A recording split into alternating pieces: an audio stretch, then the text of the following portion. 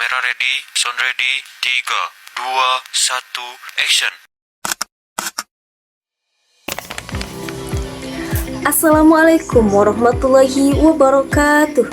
Perkenalkan, kami dari kelompok 3 yang akan mempresentasikan makalah kami yang berjudul Menganalisis Bahasa Slang Generasi Z di Instagram dan Dampak Terhadap Bahasa Indonesia yang baku.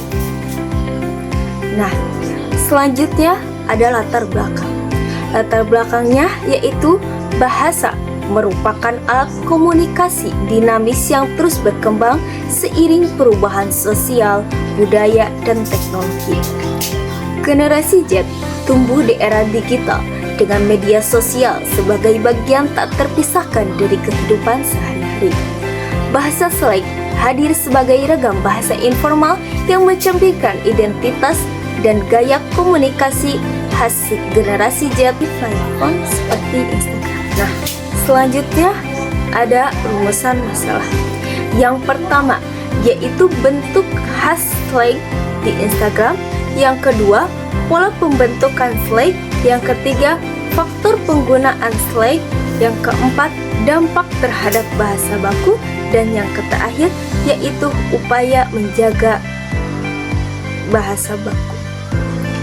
Nah, selanjutnya yaitu tujuannya untuk mendeskripsikan bentuk-bentuk bahasa slang oleh generasi Z pada komentar media sosial Instagram. Yang kedua yaitu untuk menganalisis pola pembentukan kata atau istilah bahasa slang baru yang viral dan kalangan Gen Z. Selanjutnya saya akan menjelaskan metode penelitian. Pada bagian metode penelitian ini menggunakan metode deskriptif kualitatif dengan pendekatan studi kepustakaan, library research. Untuk sumbernya, data diperoleh dari berbagai jurnal, buku, dan artikel ilmiah yang membahas penggunaan bahasa slang dan generasi Z di media sosial Instagram. Setelah itu, data kemudian dianalisis melalui proses reduksi data, penyajian data, dan penarikan kesimpulan untuk mendapatkan hasil yang akurat. Selanjutnya yang pertama yaitu ada bentuk bahasa slang. Berdasarkan hasil analisis, bahasa slang yang digunakan generasi Z pada media sosial Instagram umumnya berbentuk campur kode bahasa Indonesia dan Inggris, kosakata gaul, dan bentuk bahasa non-baku. Sebagai contoh, penggunaan istilah seperti excited, people, pressure, yap, gua, dan that is okay menunjukkan bahwa generasi Z cenderung memilih bahasa yang lebih ringkas, ekspresif, dan komunikatif. Dapat disimpulkan bahwa fenomena ini mencerminkan pengaruh budaya digital terhadap perkembangan bahasa sekaligus menjadi sarana bagi generasi Z untuk mengekspresikan identitas dan membangun kedekatan dalam komunikasi di media sosial. Oke, selanjutnya di sini saya akan menyampaikan materi tentang pembentukan pola bahasa slang dan juga faktor penyebabnya. Yang pertama ada singkatan. Singkatan yaitu dibaca per huruf, dieja dengan menggunakan satu kata huruf. Contohnya seperti JGY yang artinya ya gitu ya, dan juga TBL yang artinya takut banget loh. Yang kedua ada pencampuran bahasa Inggris, yaitu menyerap kosakata bahasa asing ke dalam bahasa sehari-hari. Contohnya seperti spill, crush, dan juga healing. Tiga ada penggabungan dan plesetan, yaitu menggabungkan satu kata baku menjadi kata baru. Contohnya seperti cegil yang artinya cewek gila, mabar yang artinya main bareng, dan juga singlet yang artinya singkat banget. Muncul dan berkembangnya bahasa slang ini tidak terjadi begitu saja. Ada beberapa faktor yang mempengaruhinya. Yang pertama ada faktor media sosial dan juga teknologi. Ketika seorang influencer menggunakan bahasa slang baru, kemudian bahasa tersebut bisa menyebar dan meluas dengan waktu yang sesingkat mungkin. Nah, bahasa slang tersebut bisa saja langsung diadopsi dan menjadi bahasa sehari-hari. Dan juga faktor selanjutnya ada ekspresi, kreativitas, dan humor.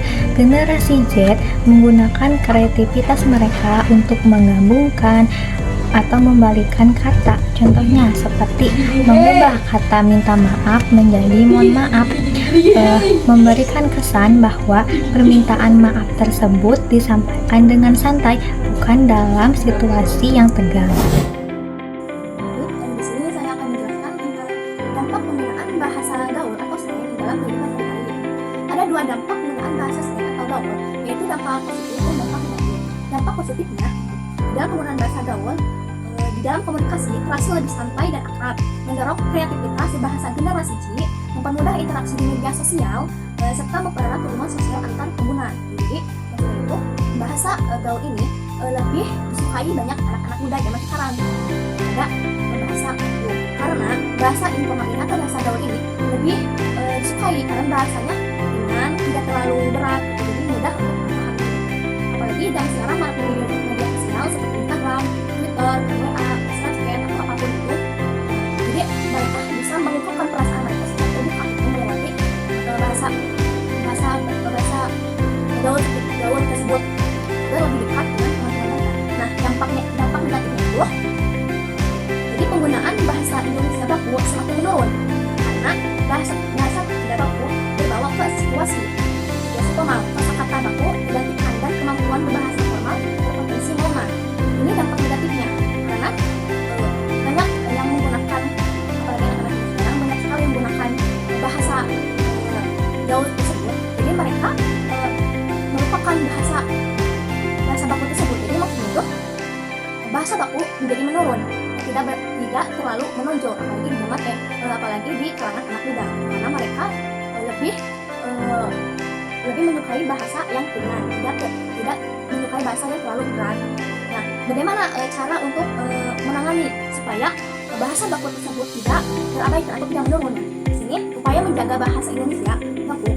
Penggunaan bahasa sesuai konteks.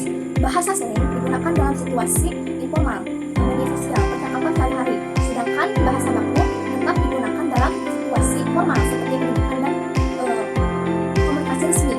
Jadi boleh kita menggunakan bahasa gaul, asalkan jangan dicampur adukan dengan bahasa baku. Apalagi di dalam situasi formal atau resmi seperti di dalam acara forum atau berbicara dengan guru, itu kan harus sopan, harus dihindari. Jangan mencampurkan ucapan yang gaul itu kepada situasi yang tidak seharusnya tidak campur dengan bahasa informal gitu. Kemudian di sini ada peningkatan kesadaran generasi muda. Penting memahami perbedaan konteks formal dan informal serta menjaga kemampuan bahasa Indonesia baku agar tidak tergerus oleh penggunaan slang yang berlebihan. Maksudnya kita sebagai generasi muda, sebagai anak-anak muda itu kami perbedaan antara bahasa baku dan bahasa slang atau informal gitu ya. Karena bahasa baku itu adalah bahasa hidup atau bahasa yang tidak bercampur dengan bahasa asing. Jadi sebisa mungkin kita sebagai anak muda itu harus bisa menggunakan bahasa baku untuk kedepannya nanti, untuk bekal kedepannya nanti. Jadi seperti itu. Kemudian kita juga harus membiasakan diri kita untuk bisa berbahasa baku tersebut agar bahasa baku tersebut tidak tergerus, tidak menurun, tidak terlalu terabaikan gitu. Jadi kita harus membiasakan diri sebagai anak muda itu harus bisa melestarikan bahasa kita, jangan terlalu mengabaikan dan terlalu fokus pada bahasa informal. Nah, kesimpulannya yaitu bahasa slang telah menjadi bagian dari komunikasi generasi Z di Instagram. Penggunanya dipengaruhi oleh perkembangan media sosial dan tren digital.